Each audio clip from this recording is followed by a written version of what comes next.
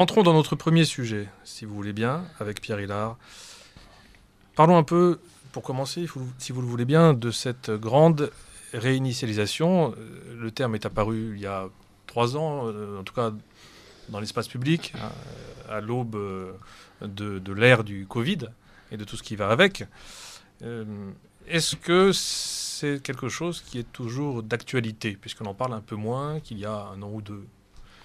Alors déjà, l'expression réinitialisation a été utilisée lors d'un fameux discours tenu par Christine Lagarde, l'actuelle patronne de la BCE, la Banque Centrale Européenne, mais discours tenu, alors je crois que c'était en 2014, donc vous voyez, à 8 ans de ça. Et à l'époque, elle n'était pas la patronne, si c'est 2014, je crois que c'est aux alentours des années 2014, et c'était en compagnie, entre autres, alors c'était la réunion de grands dirigeants mondialistes. Il y avait entre autres McCartney, ancien directeur de la Banque d'Angleterre, qui est actuellement un des membres du comité directeur du Forum de Davos. Et c'est là où elle a utilisé l'expression réinitialisation. Et alors, réinitialisation par esprit de boutade, à un moment donné, il y a 3 minutes de ça, j'ai dit tikkun olam. En fait, bon, pour bien comprendre des faits matériels, il faut toujours comprendre les référents religieux et philosophiques. C'est comme une personne, pour la connaître, il faut connaître son origine sociale. C'est vrai pour tout le monde. Et la fameuse grande réinitialisation, qui a été entre autres largement promue par le Forum de Davos, dirigé par Klaus Schwab, a été présentée, j'ai mis cette annexe en couleur dans mon livre, par la revue Time en novembre 2020. Alors le titre c'est Great Reset, grande réinitialisation, avec à côté le nom du patron de Forum de Davos, Klaus Schwab. Et ils ont parfaitement, les dirigeants de la revue Time ont parfaitement résumé la situation avec la planète Terre. Et ils ont accolé à cette planète Terre un échafaudage. Et vous avez des ouvriers qui réparent la planète Terre avec des plaques à enlever, à remanier, etc. Donc en fait, cette grande réinitialisation, c'est un remaniement, un changement complet, politique, économique, financier, social, culturel et avant tout religieux.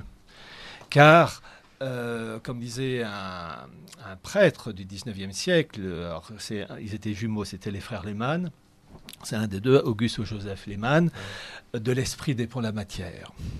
Et c'est une formule très juste, c'est-à-dire que lorsqu'on comprend les référents religieux philosophiques, on comprend ensuite l'impact politique, économique, social, administratif. Si la France avant 1789 était organisée en province, et si la France après 1789 est organisée en départements, des entités purement artificielles, est-ce que c'est l'effet du hasard? Bien sûr que non. C'est parce que les gens, les révolutionnaires qui ont fait ça, avaient une tournée d'esprit qui les portait vers telle direction, non vers une autre. Bon. C'est la table rase aussi. Voilà, tabula rasa. Et lorsque, des révolutionnaires. Voilà. Et quand même, c'était un des événements les plus graves et les plus importants de l'histoire de l'humanité. Ah oui, la révolution de 1789, c'est avec Vatican II, ce sont 2 événements grandioses, mais grandioses dans le mal. Et d'ailleurs, les 2 plus graves après la chute. On est d'accord? Oui. Dans le trio de tête. Voilà. Et rappelez aussi que dans cette idée de gouvernance mondiale, qui est annoncée en fait et j'en parle dans mon livre des origines du mondialisme, la grande réinitialisation, les fameux livres du révolutionnaire Klotz, qui raconte qu'en fait, il faut mettre en place, alors il ne dit pas gouvernance mondiale, il dit une république universelle, c'est le même l'expression, et un monde unifié, avec des blocs régionaux, Europe, Asie, Amérique, etc., et avec une vision technocratique. Comme la France était divisée en carrés, alors pour des raisons ensuite pratiques, géographiques, ils ont modelé les frontières pour faire les départements actuels, mais pour cette République universelle, il veut un monde organisé, je le cite, en 1000 cases départementales. C'est vraiment très technocratique. Et en fait, on a tout dans la Révolution française. Et ce qu'on voit aujourd'hui, c'est l'aboutissement du fruit empoisonné quand il dit, entre autres, qu'il faut favoriser l'immigration. Alors, il ne dit pas ça. Il dit qu'il ne voit aucune frontière entre la terre et le firmament et qu'il faut rougir du mot étranger et que le mot France doit disparaître. Et évidemment, c'est foncièrement anticatholique, puisqu'il faut rejeter évidemment la Sainte Trinité, il faut rejeter le prêtre, la dictature royale qui va avec, le roi de France étant une forme de prêtre, et tout ça doit aboutir à un idéal merveilleux, etc. Et on reconnaît en plus des influences orientales liées à la gnose, quand il parle entre autres de la métempsychose, où il rêve d'être transformé en herbe pour retrouver un cycle. C'est en fait... les dirigeants, les acteurs de 89 ont été pendant des dizaines d'années formatés au sein soit de la maçonnerie, soit au sein des salons et des clubs de l'époque du XVIIIe siècle par une tournure d'esprit qui a finalement décatholisé ces dirigeants, c'est la haute bourgeoisie et la haute aristocratie, pour ensuite pondre des fruits empoisonnés qui ont donné 1789. Et la France est un cas particulier dans ce sens que la France, en tant que finée l'Église, depuis en plus le baptême de Clovis, la France, et ça je tiens à le préciser avec des mots bien choisis, la France a un rôle capital, car la France est dans la continuité, et là il faut être très précis dans les termes, dans la continuité du royaume de David via l'incarnation. Parce que si on ne dit pas ça, on va dire oui, vous voyez la France comme sorte d'un Israël bis. Ce n'est pas du tout le cas. C'est l'incarnation, c'est-à-dire la reconnaissance du Christ, vrai homme et vrai Dieu, qui parachève l'annonce des prophètes, Isaïe, Jérémie, Ézéchiel, etc., etc. Et c'est si vrai que les rois de France, lieutenant du Christ, donc depuis Clovis jusqu'à Louis XVI, excusez-moi, 1300 ans, c'est si vrai que lorsque vous regardez la façade de Notre-Dame, vous avez à mi-hauteur 28 statues royales. Et énormément de personnes croient que ce sont des rois de France, des Capétiens, Carolingiens, Mérovingiens. Et en fait, c'est faux. Ça a été mis en place durant la première moitié du XIIIe siècle, donc l'époque de Saint-Louis, Blanche de Castille. Donc vraiment, Saint-Louis, dont c'est la fête aujourd'hui. Et mon Dieu, le modèle du chef d'État. Et qui est au ciel, qui voit l'état de la France, de son pays, le saint royaume de France, comme disait Sainte Jeanne d'Arc. Puisse-t-il intercéder pour nous? Il le fait sûrement, mais... Son règne, c'est quand même l'apogée de la civilisation française, de la France tout court. Et qu'est-ce que lui et sa mère ont fait, donc, durant la première moitié du XIIIe siècle, pour Notre-Dame? Les 28 statues royales. En fait, vous avez les 15 premières, qui sont les rois de la descendance davidique, avec David, Salomon, etc., les 15 rois du royaume de Juda. Et les 13 autres statues sont les notables ou hauts fonctionnaires, entre guillemets, au service de ces 15 rois de la dynastie de Juda, du royaume de Juda. Et donc, la royauté française descend de via l'aspect spirituel, descend de cette royauté davidique via l'incarnation. Parce que si on commence à enlever le mot incarnation, eh bien, certains auront l'audace, l'outrecuidance de dire que Saint Louis est un roi juif, comme l'a fait Zemmour. Et c'est une erreur colossale, car la royauté française, depuis l'incarnation, parachève le mosaïsme qui a été annoncé par les différents prophètes. Donc il faut bien comprendre qu'il y a eu un basculement via l'incarnation et que la monarchie française rehausse de par son action, mais elle reconnaît l'arrière-fond, c'est-à-dire le mosaïsme était le socle indispensable, annoncé comme je vous l'ai dit par tous les prophètes, pour permettre l'arrivée du Christ. Et le Christ parachève par son enseignement, ses souffrances, sa crucifixion et sa résurrection. Et il lance, entre guillemets, une super entreprise, l'Église, avec des ouvriers, cardinaux, pape et cardinaux, pape vicaire du Christ.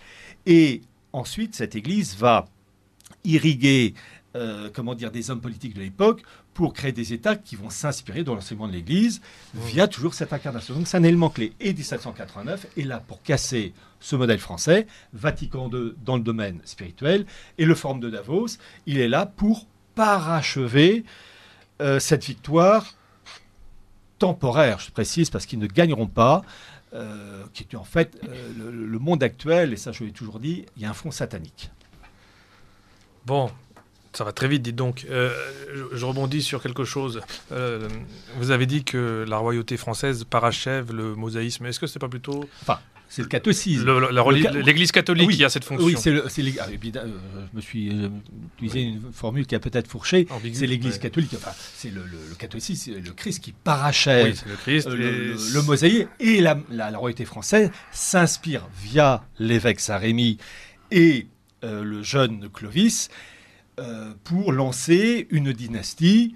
Et en fait, c'est très intéressant, ce que je raconte dans ce livre, c'est qu'en fait, l'évêque Saint-Rémy, qui est un religieux hors norme, que ce soit d'un point de vue spirituel et politique, il reprend finalement le psaume 89 de Dieu, de Yahvé à l'égard de David, où Yahvé dit que si la royauté davidique suit les prescriptions du mosaïsme, tout ira bien pour ces rois davidiques, et s'ils désobéissent, ça se passera très mal. Et en fait, Saint-Rémy reprend le même principe, il cite David, mais, je rajoute toujours, via l'incarnation. Si on ne cite pas ça, c'est-à-dire la reconnaissance du Christ, Fils de Dieu incarné, qui parachève ce qui a été annoncé par les différents prophètes, eh bien, si on ne cite pas ça, eh bien, on ne comprend rien, et puis c'est surtout la porte ouverte à des déviances en tout genre. Oui. Pierre Hilard, vous avez évoqué plusieurs fois le forum de Davos. Est-ce que vous pourriez le décrire en quelques mots pour nos auditeurs, pour les débutants, si j'ose dire? Alors, le forum de Davos, j'en parle dans la troisième partie de mon livre, a été lancé en 1971 par un Allemand qui s'appelle Klaus Schwab. Alors, l'objectif de cet homme, c'est de réunir la crème de la crème politique, économique, financière, technologique, et de créer finalement une aristocratie du mondialisme. Alors, c'est un élément clé parce que lui et ses collègues ont véritablement, au fil des ans et des décennies, recruté la crème de la crème. Et je vais vous citer un exemple de la force du Forum de Davos.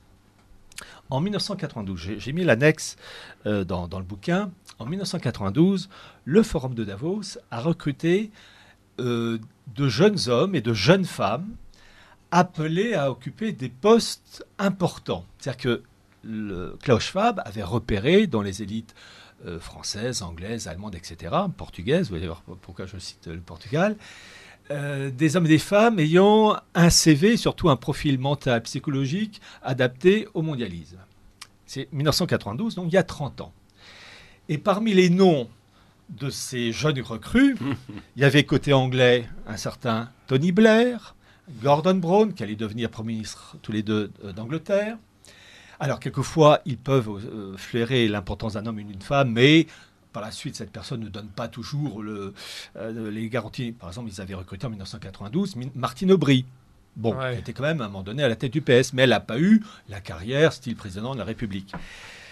Ils avaient repéré un trotskiste portugais qui allait devenir le patron, enfin le président de la Commission européenne, Barroso. Pour vous dire qu'en 1992, Barroso était inconnu. Et le côté français... Alors, avant de citer le côté français, ils avaient repéré en 1992 une jeune Allemande, Est-Allemande mal dégrossie, qui s'appelait Angela Merkel. En 1992, Angela Merkel, était inconnue. Elle avait été repérée par Helmut Kohl, qui en fait était un agent aussi du système. Donc, c'est ça qui m'a toujours, entre guillemets, émerveillé chez ces gens-là, c'est qu'ils sont capables de repérer des hommes et des femmes qui ont une tourne d'esprit adaptée à l'idéal mondialiste pour ensuite les propulser à des postes élevés. Et côté français, en 1992, qu'ont-ils repéré? Un certain Nicolas Sarkozy. Et je pense à tous les cathos tradis, voire certains près de la tradition, qui en 2007 ont voté Nicolas Sarkozy en disant « Ah bah c'est le moins pire ». Eh bien, ils sont tombés à pieds joints dans le piège tendu par le système, qui en 1992 avait repéré un jeune poulain, Nicolas Sarkozy. Et vous pensez bien que si le système l'a propulsé, c'est qu'il devait rendre service au système. Et d'ailleurs, je pense à un fameux... suite de sa carrière le montre. Il a réintégré la France dans l'OTAN. Je pense à ce fameux discours de Nouvel An, donc ses vœux adressés au corps diplomatique, où il dit que la France rentrera dans le nouvel ordre mondial, peu importe, enfin, il le dit, par la porte de force, par la porte de la fenêtre, c'est pas la formule, mais en gros, enfin bref. Et donc, sur le métissage aussi, obligatoire. Il a tout le CV. Et je vais ajouter un autre élément aussi. Donc c'était 1992. C'est pareil avec Éric Zemmour. Éric Zemmour, j'ai mis les documents. Éric Zemmour dit des choses tout à fait justes. Quand il parle de l'invasion migratoire, on est d'accord avec lui, il suffit de faire un petit tour du côté de la gare du Nord, on a vite pigé. Et il n'y a pas que la gare du Nord. Bon.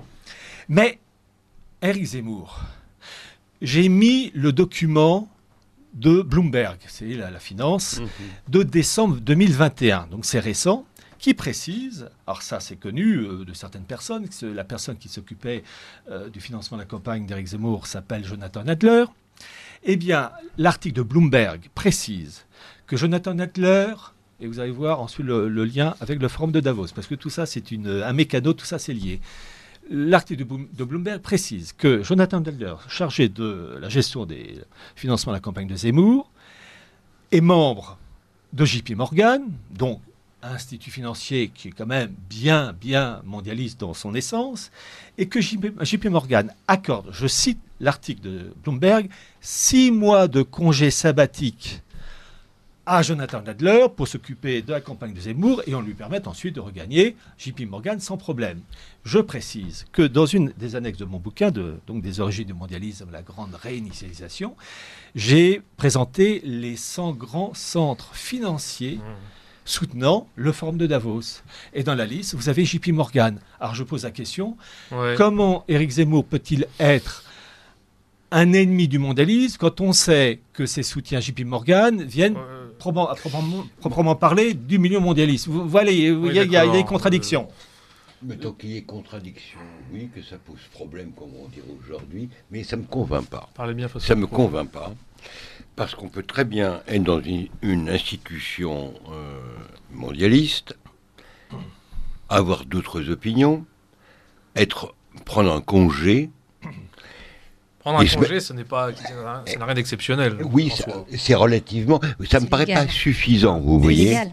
Alors, c'est légal, mais je vais vous dire une chose. Bon, écoutez... Je vois ce que vous voulez dire. Si on veut prendre des exemples plus anciens, un Franco, ou même un Allende, si on gratte bien, ils n'étaient pas forcément tout à fait dans une ligne droite. Allende était franc-mac. Pinochet, vous voulez dire. Allende et Pinochet étaient des francs-mac. Oui. Mais ils ont quitté la maçonnerie. Bon, est-ce qu'ils ont été exorcisés? Ça, c'est autre chose. Parce que ça c'est un autre problème.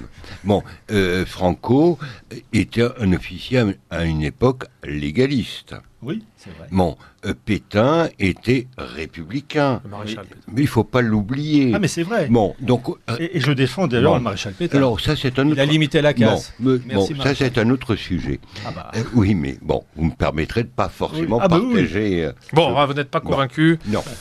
Je ne suis pas convaincu, parce qu'on peut très bien être dans un sérail mondialiste et avoir d'autres opinions. C'est possible. Non, je vais vous dire pourquoi. Parce que le mondialisme, si on a défini le mondialisme, qu'est-ce que c'est? C'est le rejet de l'incarnation. Et toute personne qui défend ce principe ne peut pas rester au sein de ce milieu-là.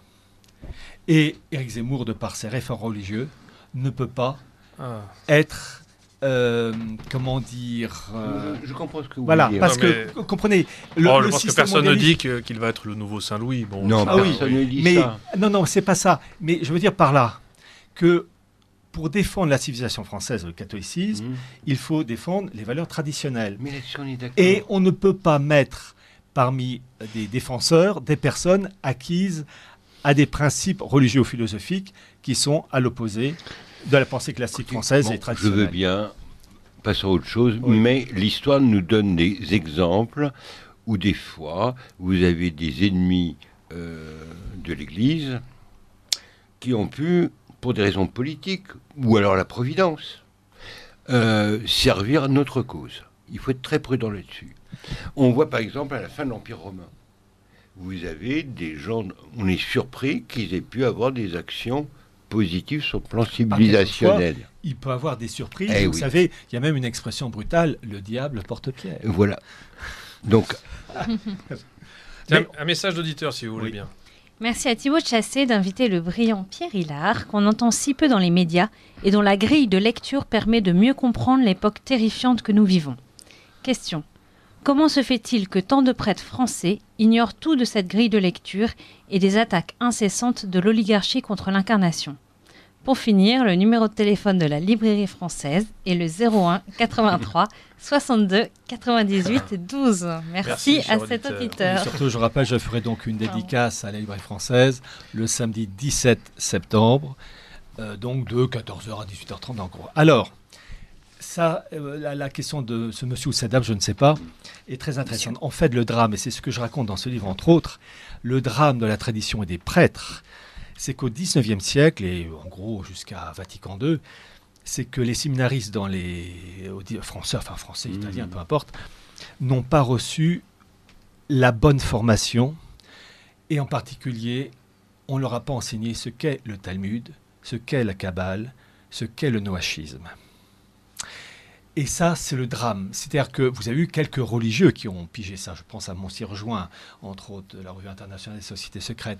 Mais mis à part quelques prêtres, évidemment, ou religieux, je parle en général, qui ont pigé, il n'y a pas eu cette formation.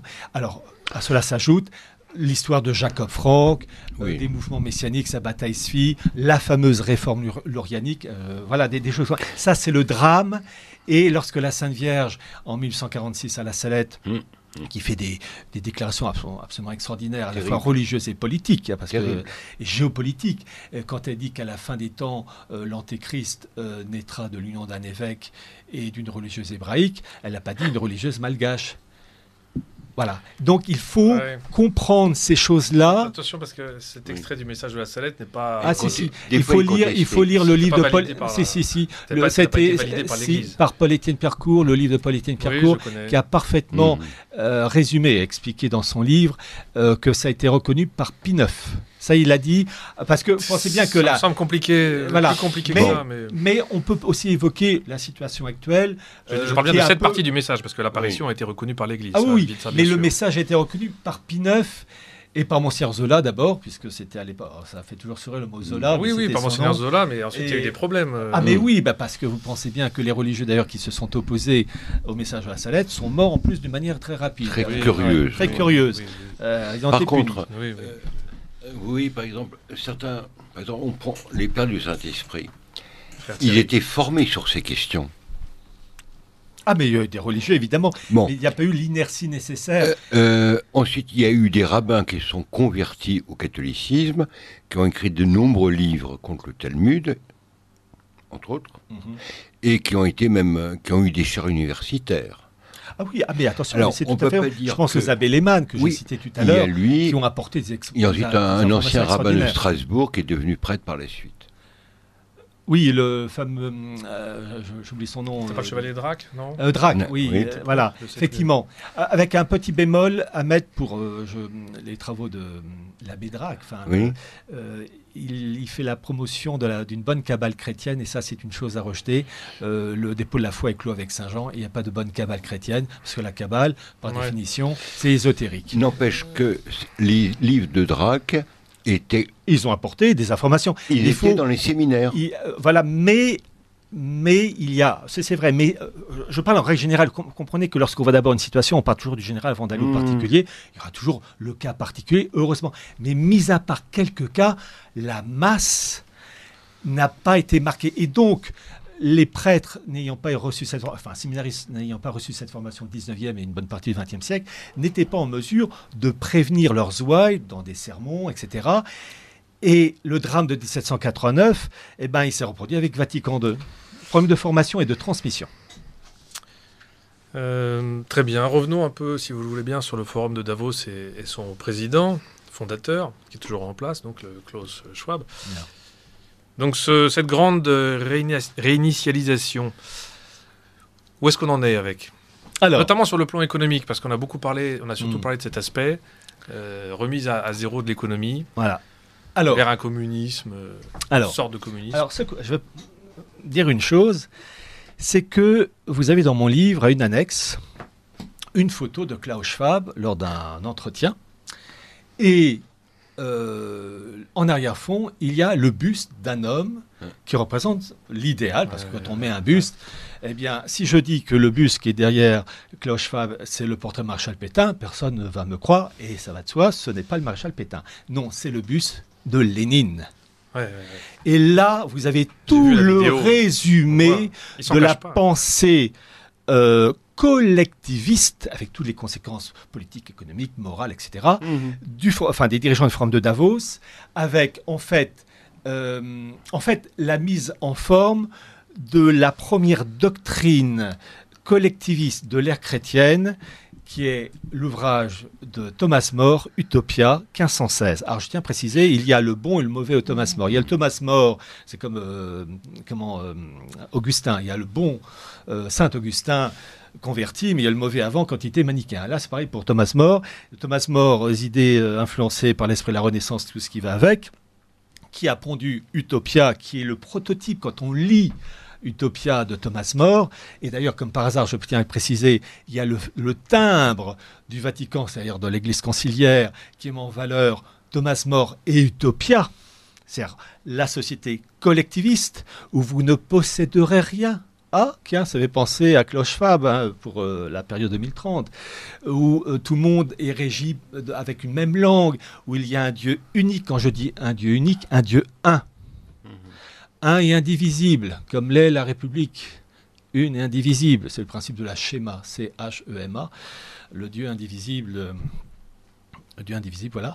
Et donc, il faut bien comprendre, il y a un arrière-fond philosophique et spirituel, et les camarades de Klaus Schwab veulent mettre en place, en fait, une société collectiviste, et vous avez ce qu'on appelle les ODD, les objectifs durable pour en gros mettre en place une société économie verte. C'est la fin de la société de consommation.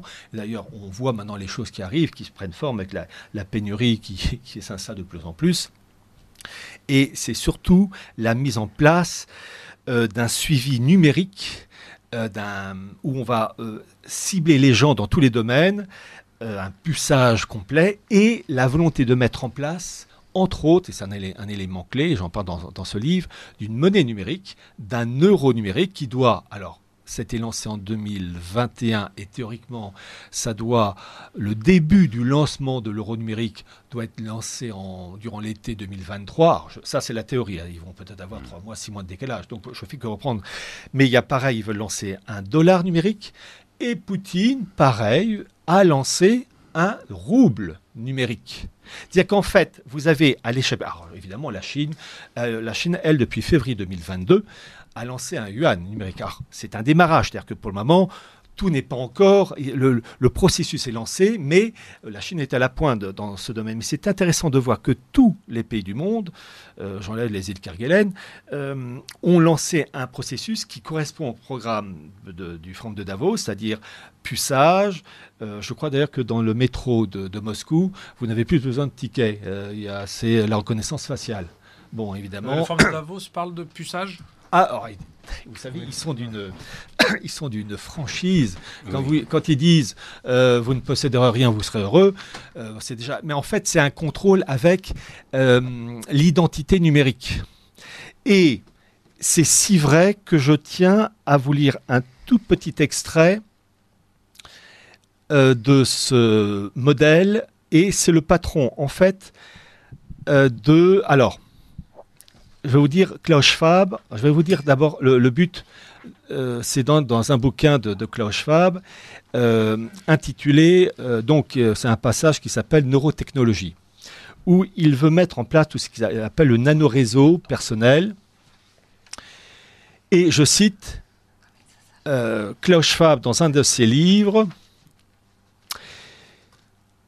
Il veut mettre, par exemple, en 2015, la portabilité et l'accessibilité des systèmes d'enregistrement ou d'estimation de l'activité cérébrale offrent déjà des possibilités inouïes d'interfaçage, c'est le terme utilisé, entre un individu et une machine, marquant ce qui va devenir non seulement une euro-révolution, mais aussi une révolution sociale complète. Et tous ces gens-là veulent en fait favoriser... un marquage de la personne. Je rappelle qu'au mois de mars 2020, Microsoft a sorti un brevet qui mesure l'activité corporelle de la personne et qui permet ensuite de suivre ses activités en fonction de son activité corporelle. J'ai mis le document. Et ce brevet, il a un numéro 666. On a envie de dire, pourquoi pas 477, 432, non, voilà. Bon, il y a des moments, pour 66, c'est la marque de la bête, évidemment, pour ceux qui n'auraient pas capté. Donc, bien comprendre que, en fait, dans le cadre de la gouvernance actuelle, du directoire qu'ils essaient de mettre en place, ils poursuivent les mêmes objectifs, mais avec des rivalités internes. Et je tiens à préciser que pour la Russie de Poutine, la Russie de Poutine suit un processus pareil, dans ce sens que Poutine je vais aller très rapidement, lancé ce qu'il appelle une Union eurasienne, qui a été lancée en 2014. Et j'ai repris, parce que je me méfie des articles du Monde, Figaro, ou bien des articles des journaux allemands, anglais, qui pourraient travestir les propos de Poutine. Donc je me suis référé à des propos de Poutine publiés dans des médias officiels russes, le site du Kremlin par exemple, ou Izvestia, et que j'ai fait traduire. Donc c'était pas gratuit. Et Poutine, en 2011, dans un article que j'ai cité, il lance une Union eurasienne supranationale. C'est le terme qu'il utilise. Et qui doit faire le pont entre l'Europe et l'Asie. Et en fait, ce que dit Poutine, en fait, vous avez des oppositions dans l'architecture. Le monde anglo-saxon, Obama, Bush, etc., ils veulent un monde unipolaire. Poutine et ses camarades, ils ont toujours voulu un monde multipolaire. Bon, là, ça, c'est l'architecture. Et après, il y a l'esprit que l'on... Bipolaire, peut-être, non ? Alors, je reprends les termes de Poutine. Multipolaire. Je ne veux pas voilà, travestir. Multipolaire. Mais, vous voyez, le terme supranational dans la bouche de Poutine, je pense que vous exagérez. Ah non, mais non, c'est pas exagéré. C'est les termes de Poutine. Il veut la reconstitution d'un empire. Non, mais frère... Pas la même chose. Thierry, c'est pas une question de dire... c'est reprendre l'expression de Poutine.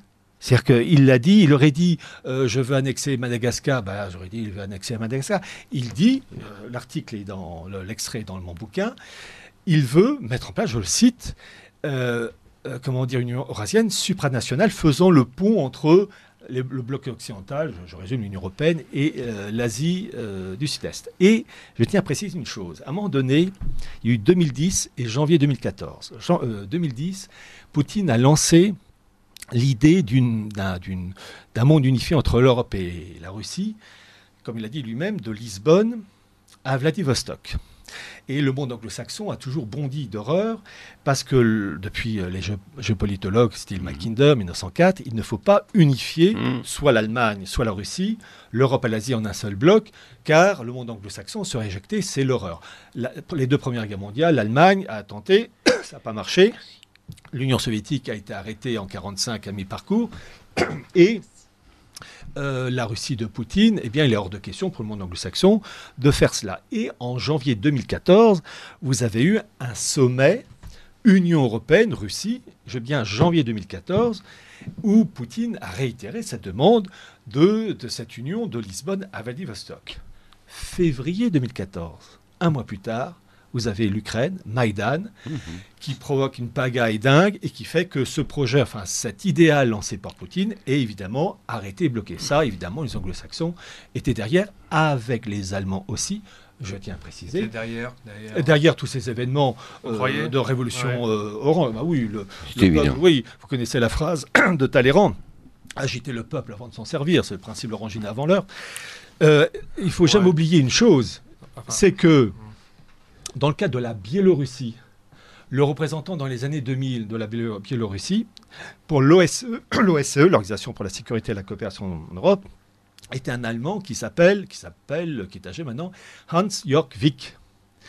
Et Loukachenko, à l'époque, critiquait le patron de l'OSCE biélorusse en disant que c'était un espion. Alors évidemment, les médias occidentaux disaient n'importe quoi, c'était un mensonge, c'était un abruti dictateur. Je suis désolé, sur ce point-là, Loukachenko avait raison, parce que Hans-Jörg Wick était dans les années 80 le patron du BND, les services secrets allemands. Il suffit d'aller sur le site du BND et vous avez la photo du bonhomme. Donc il y a eu évidemment des influences allemandes et anglo-saxonnes pour essayer de déstabiliser. Et Poutine, en fait, il veut que la Russie, qui a été pillée dans les années 90, à la fin de la dernière décennie du XXe siècle, que la Russie pèse lourd, parce qu'il ne faut jamais oublier qu'au sein des élites russes, vous avez des élites pro-atlantistes et puis d'autres qui veulent l'Union eurasienne et en se débarrassant de l'influence occidentale. Et quand je dis influence occidentale, wokisme, LGBT, etc.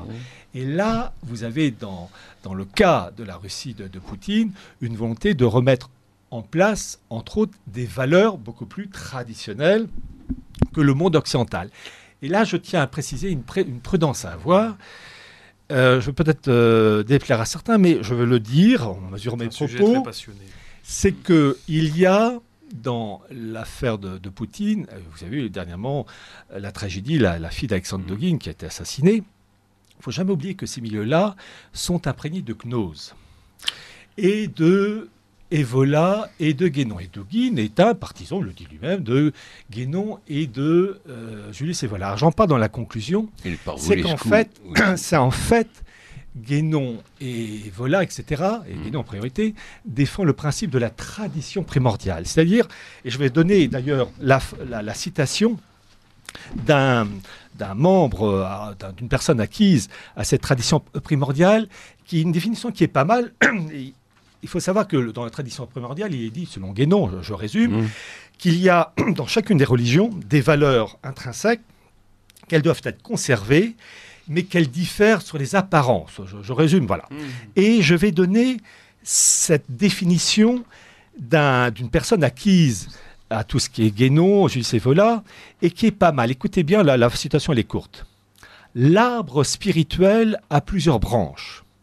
Je suis un membre orthodoxe de chaque tradition sacrée. Mon unique point non orthodoxe est d'affirmer, sans pour autant vouloir les mélanger, car les parfums mélangés s'annulent, qu'elles sont toutes porteuses de sens, de vérité. Chaque tradition doit faire chambre à part, porte close. » Donc, défendre des valeurs propres à chacune des religions, donc des traditions. Mais le problème, c'est que dans cette optique, et c'est l'optique entre autres de Dugin, il y a un élément clé qui est rejeté, qui est l'incarnation. Car à partir du moment où... Non, alors ça, à partir du moment où... Cher ami. Je termine et je vous laisse. À partir du moment où on est catholique, il y a une seule religion vraie, avec la reconnaissance du Christ et l'incarnation, et le reste, c'est l'erreur. On ne peut pas mélanger l'erreur et la vérité. Très bien. Alors, frère Thierry, vous voulez réagir? Vous connaissez un peu aussi le cas Dugin. Moi, je connais aussi sa fille, qui était assez différente de son père. Du moins, une question de génération. Et elle, c'était vraiment une orthodoxe fervente. Et l'influence de Guénon sur elle, je la vois pas. Je parlais d'Alexandre Dugin. Je parlais du père. Quant à Dugin, il a eu un itinéraire assez bizarre. Il était rouge-brun à un moment. Il était assez proche de Limonov. Par contre, je pense que c'est un chrétien orthodoxe fervent. Alors, ça ne veut pas dire qu'il n'y a pas des scories. Si vous prenez d'autres penseurs russes de l'immigration, vous trouvez Bulgakov, par exemple. Vous trouvez des idées plus ou moins gnostiques aussi. Et pourtant, il était réellement orthodoxe. Ouais. Enfin, c'est quand même gênant. Bien sûr que c'est gênant. Ne pas oublier comme une chose, c'est que quand on est catholique, la catéchisme, c'est la religion vraie. Les orthodoxes, même si on a des points communs dans de nombreux domaines, et la théotokos, etc., il faut quand même pas oublier l'orthodoxie, c'est schismatique. Il faut quand même pas oublier. Écoutez, bon, ça c'est un autre sujet. On ne va pas avoir le temps de faire le tour de tous les sujets qui fâchent. C'est quand même. Vous me permettrez. Pas d'œcuménisme d'ailleurs. Oui, ça dépend. Il y a un sain œcuménisme. Qu'il y ait des contacts, oui, mais la vérité est à Rome. Enfin, pas avec Vatican II. Oui, c'est un autre sujet. Il y a des questions. Oui, ça fait réagir. Tiens, vous avez vu, vous parliez du brevet de puçage déposé par Microsoft, c'est ça? Oui. En France, ça commence à arriver plus vite que ce qu'on pourrait croire. Là, il y a eu dans la Sarthe 30 000 collégiens qui vont être équipés par le conseil départemental d'un bracelet connecté. Un bracelet connecté et un bracelet très indiscret qui a pour vocation de mesurer un certain nombre de paramètres de leur corps, de leur attitude et de tester, je cite l'article du Maine Libre, leur forme physique, morale et sociale. Oui. Alors là, on est vraiment... on est en Chine. Oui, c'est le crédit social, c'est le suivi de la personne dans tous les domaines. C'est très important de regarder vers la Chine parce que la Chine elle a quelques années d'avance sur Chine nous, est à la pointe. Mais c'est un modèle pour les États que nous avons actuellement en Occident. Il faut savoir que la Chine a été portée au nu par le monde anglo-saxon. Chine communiste. Et entre autres, le fameux livre dans les années 70 de Brzezinski, qui est mort récemment, Entre deux âges, Between Two Ages, je crois que c'est le titre en anglais. et il porte au nu la Chine. Mais on en revient toujours à la même histoire. Ne jamais oublier que les élites oligarchiques s'opposent entre elles. Il y a des rivalités entre elles. J'ai toujours cette formule, l'enfer est divisé contre lui-même. Et vous avez une élite oligarchique, enfin vous avez des élites oligarchiques chinoises, certaines étant pro-chinoises, d'autres beaucoup plus, j'allais dire, sympathisantes atlantistes. Vous avez tous les degrés, tous les nuances, et sans oublier les retournements de veste. Voilà, et c'est pareil pour le monde russe, c'est pareil pour le monde allemand, etc.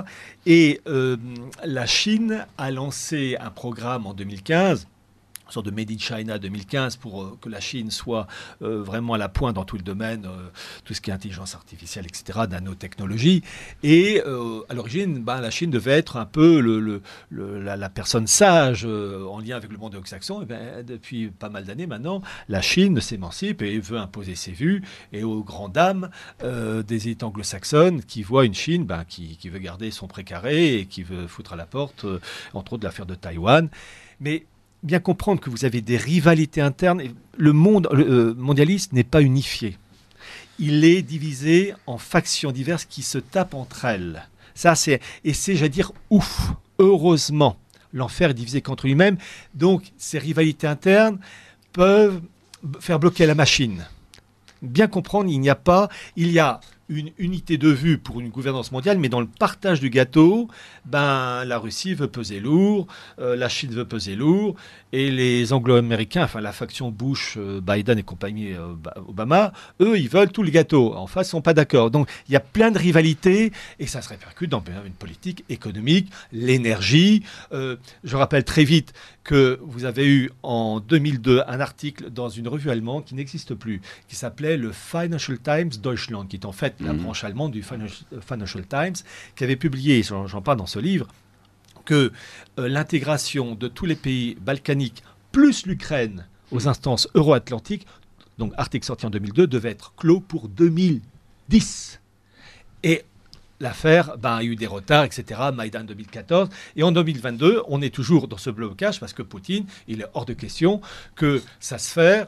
L'Ukraine en particulier, mais aussi des États comme la Géorgie, soient intégrés à l'OTAN, à l'Union européenne. Donc, en fait, il y a une ligne de partage, ligne rouge, et les anglo-saxons, ça il faut le dire, mordent sur le précaré russe, et il ne faut pas s'étonner qu'un Poutine défende ses intérêts et la faction oligarchique qui est derrière lui. Vous pensez que c'est l'OTAN qui a cherché vraiment à s'étendre en Ukraine ? En 1990, au moment de la chute, réunification allemande, puis chute ensuite de l'Union soviétique, était spécifié que l'OTAN ne devait pas s'étendre. Oui. Eh bien, mais ça a la été chose... que des propos Oui, oraux. Il n'y a jamais eu d'écrit. Alors c'est le Spiegel qui a apporté la preuve, aussi Roland Dumas qui l'a confirmé, mais il fallait mettre ça sur papier, signé, daté, évidemment, et c'est même sidérant que un sujet aussi capital était pas réglé d'un point de vue papier, j'allais dire, un contrat. Et il faut reconnaître que le monde anglo-saxon, selon la formule Mackinder et de Brzezinski, il ne faut surtout pas que l'Ukraine reste russe, parce que, comme disait Brzezinski, si l'Ukraine perd, si la Russie perd l'Ukraine, eh bien la Russie perd son rang d'empire. Donc on a cette bagarre. Oui, si vous voulez, mais on entend beaucoup dans nos milieux que l'OTAN essaie de mettre la main sur l'Ukraine, et ça me semble pas tout à fait exact. C'est plutôt l'Ukraine, en tout cas une partie importante de la population et des élites ukrainiennes qui ont voulu rentrer dans l'OTAN. Alors c'est pas des élites. En 2008, ça a été refusé, il y a eu un veto de la France et de l'Allemagne. Exact. C'est la France et l'Allemagne qui ont refusé que l'Ukraine rentre dans l'OTAN. Et pourquoi l'Ukraine, comme d'autres pays de cette région de l'Europe avant-elle, a voulu rentrer dans l'OTAN ? C'est parce qu'elle a peur de la Russie. Il y a ça, mais il ne faut jamais oublier qu'au sein est-ce qu'elle a raison d'avoir peur ? Il ne faut jamais oublier qu'au sein des élites ukrainiennes, vous avez une branche pro-russe, puis vous avez une branche, et là maintenant c'est Zelensky, pro-occidentale, et ce sont des bagarres entre ces factions, en n'oubliant pas non plus l'aspect spirituel, car n'oubliez pas que pour l'Ukraine, c'est le territoire des Lubavitch à l'origine qui soutiennent. Pas que. Si, pour les Lubavitch, c'est pas Madagascar. Il n'y a pas que ça. Mais c'est entre autres ça. Et que pour les Lubavitch qui soutiennent, je pense à Bérél-Lazare, Poutine, eh bien l'Ukraine est une sorte de seconde Judée pour eux. Donc il y a l'aspect énergétique, politique, stratégique. Il faut jongler avec tous ces paramètres. Oui, c'est assez compliqué d'ailleurs l'Ukraine au niveau religieux, mais bon, ça, nous n'avons pas le temps d'en parler. Avec une partie Il y a une occidentale forte qui faisait minorité partie de la quand même, Pologne. Catholique. Oui, la région de Lemberg, enfin Lvov, maintenant. Oui. Lemberg, c'est la version allemande. Léopold en français, mais bon, c'est peu connu. Ouais. Une petite remarque sur le Maïdan. En 2014. La révolution du Maïdan correspondait quand même aux aspirations d'une partie importante du peuple ukrainien. Vous ne mettez pas des centaines de milliers de personnes dans la rue par -15 pendant des semaines, au risque de se faire tabasser par mais entièrement d'accord avec vous. Il y a des rivalités. Sans vraie motivation. Il y a des oppositions entre surtout la population occidentale de l'Ukraine, la partie plutôt orientale russophone. Il y a des bagarres internes. Il ne faut surtout pas voir ça comme un bloc monolithique. Quelques messages d'auditeurs de Radio Courtoisie, si vous voulez bien, et rapidement, et puis on va répondre en rafale. Oui, rapidement, parce que... Allez, une rafale, Marie-Astrid, s'il vous plaît. Donc un message d'un auditeur. Cher docteur Hilard, pensez-vous que les rapprochements récents des cours américains, européens et anglais contribuent à la mise en place à venir rapidement d'une monnaie unique mondiale ? Alors, ils veulent mettre en place des monnaies numériques, dollars numériques, euros numériques, et je vais citer aussi pour le rouble numérique. L'objectif, c'est le lancement, ça avait été annoncé en 1988 par The Economist, d'une monnaie planétaire unique qui devait voir le jour, et précisé, à l'horizon 2018. Nous sommes en 2022, on est dans la zone de lancement où ils essaient de s'entendre. C'est la tour de Babel, ils se rapprochent du sommet, mais à un moment donné, ils vont se casser la figure. Alors, comment expliquez-vous votre rapprochement d'un mouvement comme ER qui n'est pas ce que l'on peut qualifier de plus pro-catholique ? Eh bien, je vais vous dire, j'écris là on m'invite. J'ai écrit dans une revue communiste, La Pensée, je ne suis pas marxiste-léniniste. Le Grand Orient de France m'invite, ça m'étonnerait, pour tenir un discours. Je me rends chez eux. Ce n'est pas parce que ER dit des choses tout à fait justes. Je ne suis pas d'accord sur tout, ils le savent, mais je sais qu'il balance des choses tout à fait justes, et donc je respecte ses qualités, et au moins il donne la parole, et là, merci. Une dernière question. Pensez-vous que le Christ n'était pas hostile à la propriété privée ou prônait une forme de société collectiviste ? Je pencherais plutôt pour la seconde solution. Qu'en pensez-vous ? Non, pas société collectiviste. Non. Il y a des paraboles où, en fonction de ce que gagne chacun, tu places tant, etc. Non. Simplement, le Christ a bien précisé que on ne doit pas perdre son âme. Je ne sais plus la formule exacte, mais conquérir l'univers et perdre son âme. C'est-à-dire que les biens de la terre, il faut en profiter, en jouir, mais de manière raisonnée, en sachant que sur terre, à un moment donné, on va faire de l'engrais et que ce qui est important, c'est gagner son ciel. Il nous reste quelques minutes, Pierre Hilard, et je voudrais, si vous voulez bien, que nous parlions un peu de notre bien-aimé président et de son rôle, de sa fonction dans ce système que vous avez un peu abordé ce soir. Et je vous propose d'écouter, chers auditeurs, un extrait d'un entretien d'Emmanuel Macron au Financial Times le 16 avril 2020. Vous allez voir, ça peut être étonnant. Je crois que notre génération doit savoir que la bête de l'événement est là. Et elle arrive. Bon, c'est fabuleux. Mais je trouve ça très étonnant qu'aucun journaliste, aucun intervieweur, entre guillemets, pardon pour l'anglicisme, n'ait interrogé par la suite, depuis cette époque, Emmanuel Macron sur le sens de cette phrase, pour le moins énigmatique. Parce que le problème, c'est les journalistes, ils sont formés, ils sont dans le même moule. Non, mais je sais. Et ils n'ont pas oui, je l'ai compris, mais ils n'ont pas, ils n'ont pas les réflexes. Vous savez, il y a le manque de formation. C'est comme on disait tout à l'heure, sauf exception, les séminaristes français, enfin italiens, peu importe, du 19e, 20e siècle, n'ont pas reçu une certaine formation. Les journalistes d'aujourd'hui, pareil, un élément révélateur. Avant l'intervention russe en Ukraine, 24 février 2022, on entendait parmi les militaires, les journalistes et spécialistes des affaires russo-ukrainiennes la même formule: jamais la Russie n'interviendra en Ukraine. Et c'est frappant, hein, Zemmour entre autres l'a dit devant Salamé entre autres, et c'est là où on se dit pourquoi il n'y a pas un pourcentage de personnes à penser que s'il y aura une intervention, d'autres plus hésitants, d'autres à refuser. Non, c'était le même langage, parce que ces gens-là sont issus du même moule. Attendez, oui, mais au sein de la dissidence française, entre guillemets, c'était le même discours. Tout le monde a repris le discours officiel du Kremlin. Oui, mais je vais vous dire, Thibault, grâce à vous, je peux diffuser mes livres. Lisez entre les articles que j'écris dans Chronique du mondialisme 2010-2020, où je parle, entre autres, j'ai 3 articles sur l'Ukraine, et je parle de l'incendie ukrainien, et l'article date de 2014. Et j'explique pourquoi l'Ukraine va basculer, la Russie aussi, dans une guerre. Je parle d'un incendie et je parle de l'importance de la mer Noire, qui est un carrefour. Pourquoi ? Pourquoi ? Parce qu'en 2004, les néoconservateurs, entre eux, ils s'appelaient Bruce Jackson, voulaient mettre en place, un Américain, en liaison avec l'Union européenne, une eurorégion de la mer Noire. Une eurorégion, ce sont des provinces, enfin des régions, réunies en une seule entité administrative, comme vous avez l'eurorégion Alsace-Pays-de-Bade, pour créer une charnière échappant à l'autorité de Moscou. Et ça, Poutine ne voulait pas. Et j'explique tout ça dans Chronique du 2010-2020. Et j'ai pas eu la chance d'être invité sur les médias actuels, donc mais grâce à vous, je peux au moins diffuser cette information. Bon, voilà, c'est fait.